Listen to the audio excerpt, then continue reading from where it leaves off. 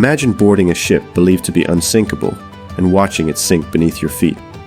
Now imagine that did not happen to you once or twice, but 3 times. It happened to me. I know it sounds unbelievable, but this is my story. I was born in 1887 in Bahia Blanca, Argentina. My parents were Irish immigrants, and we were 9 siblings. When I was a child, I got tuberculosis. The doctors did not think I would survive, but I did. My father died when I was young, and my mother took on the burden of supporting the family. We were very poor. She began working as a stewardess on transatlantic ships, until from so much effort she fell ill. I had to take her place to help my 8 siblings. That is how I began working at sea. That is also how I ended up aboard those luxurious ships. But it was not tourism or adventure.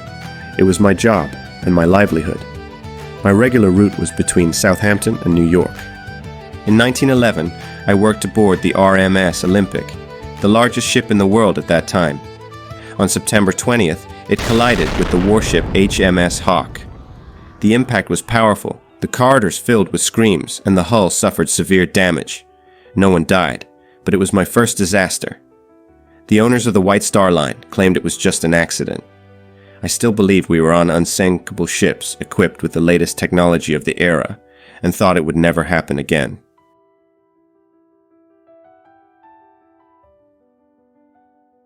Still, I had to keep working to support my family, sending money home every month, even if I could not see them often. A year later, I boarded the RMS Titanic. It departed from Southampton, stopping in Cherbourg, France and Queenstown, Ireland, before setting course for New York. More than 2,200 people were on board. I still remember that day. The Titanic was majestic. I watched the wives of wealthy passengers, politicians, businessmen and actors with their elegant dresses and jewelry, and I wondered if I would ever wear anything like that. The Titanic was not just a ship, it was the pride of British engineering in 1912. They called it the Ship of Dreams. It measured over 269 meters long, had 9 passenger decks, and was built to embody luxury and modernity. It had gyms, Turkish baths, libraries, and 10-course dining rooms. That same night, April 14th first-class passengers were served a banquet of caviar oysters, roast duck, and fine desserts paired with the most expensive French wines. It even had an indoor saltwater pool and salons that looked like European palaces. First-class cabins were genuine floating suites, decorated in Louis XV Empire or Georgian style. The ladies wore silk and lace gowns with huge hats, lace gloves, and diamond or pearl jewelry. Life on board for them was a social parade. There were also eccentricities among the rich. At least 12 dogs belonging to first-class passengers traveled aboard, and some owners paid more for their pets' care than the cost of a third-class ticket. For millionaires, it was a stage. For immigrants in third class, it was hope. For us, the crew, it was simply a job we depended on to survive. To understand the difference, a third-class ticket cost around £7. Several months of a laborer's wages, while a first-class suite would be worth more than $70,000 today. On April 14, 1912, while I was asleep in my bunk, a metallic screech woke me up. It was not a sudden crash. It was a long scrape, as if the hull had brushed against something massive. My mattress shook for a moment. Voices filled the hallway. Some thought it was a broken propeller. Others said we had hit another ship. From the upper decks came laughter. Later I learned some passengers were playing with chunks of ice that had fallen from the iceberg. But in third class, we saw things differently. Icy water began seeping through the floor. Outside, everything seemed calm, and the band kept playing. In fact, Wallace Hartley and his orchestra played until the very end. Years later, his violin resurfaced and was sold for a fortune. But at that moment, I knew something was terribly wrong. Water began rushing in, and the crew tried to evacuate passengers. I was surrounded by screams and shoving. I barely had time to think when an officer pointed to a group of children and told me to help them into a lifeboat. A mother who could not board handed me her baby. I climbed aboard lifeboat number 16. My hands trembled as I lifted them one by one. They pulled me up too so I could continue taking care of the children. From there, clinging to the edge of the boat, I watched the Titanic, tilt glowing like a sinking city, fading into darkness. The chaos was indescribable.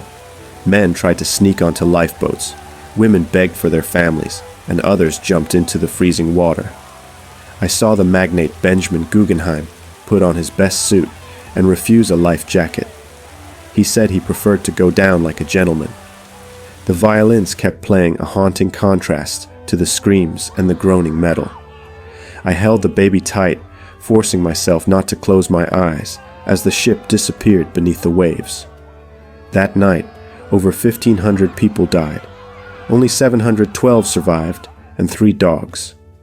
Among the survivors was crewman Charles Jaugin, the baker who resisted by drinking whiskey and floating in the freezing water for hours. He was rescued alive. After the Titanic, I took some time to recover. I was not seriously injured, but I was emotionally shattered. I had witnessed hundreds of deaths. Still, I could not abandon the sea. It was my livelihood, my profession.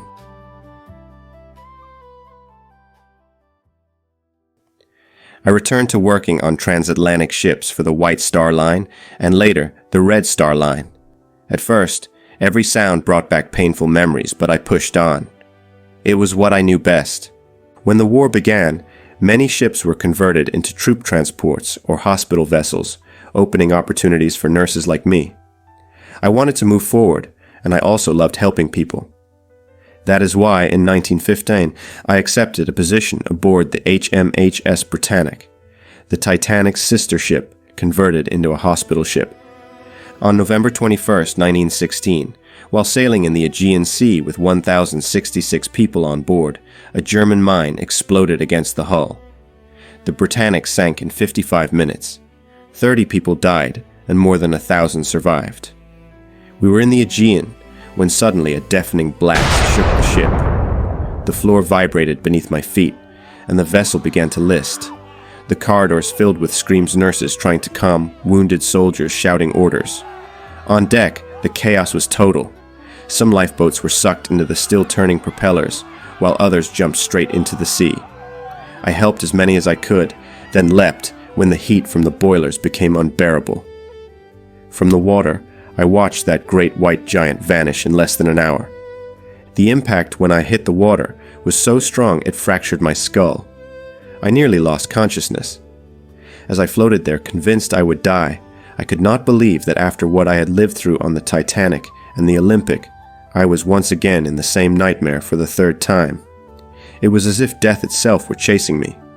Yet I managed to swim away from the propellers and survived. Other survivors helped me into a lifeboat. That fracture was never properly treated. Doctors only gave me basic care. Years later, an X-ray revealed I had lived my whole life with that injury. Amazingly, I returned to work at sea after recovering. I always said I must have had a hard head to survive that blow. I never received any compensation, no money, no recognition for surviving. Payouts always went to first-class passengers or families of the deceased. For stewardesses like me, all that remained were memories and invisible scars. Even the musicians who played until the end were treated unfairly, since they were not officially part of the crew, but hired through an external agency. Their families had to pay for the uniforms lost in the sinking. Years later, after I had retired, I received a phone call one stormy night. A woman asked if I was the one who saved a baby the night the Titanic sank.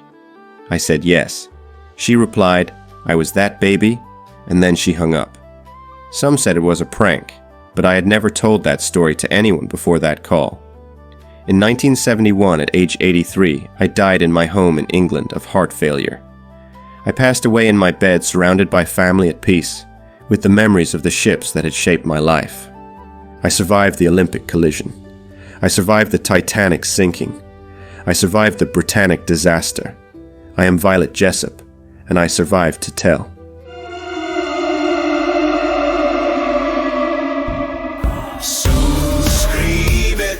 Subscribe now, darling, hit the like button.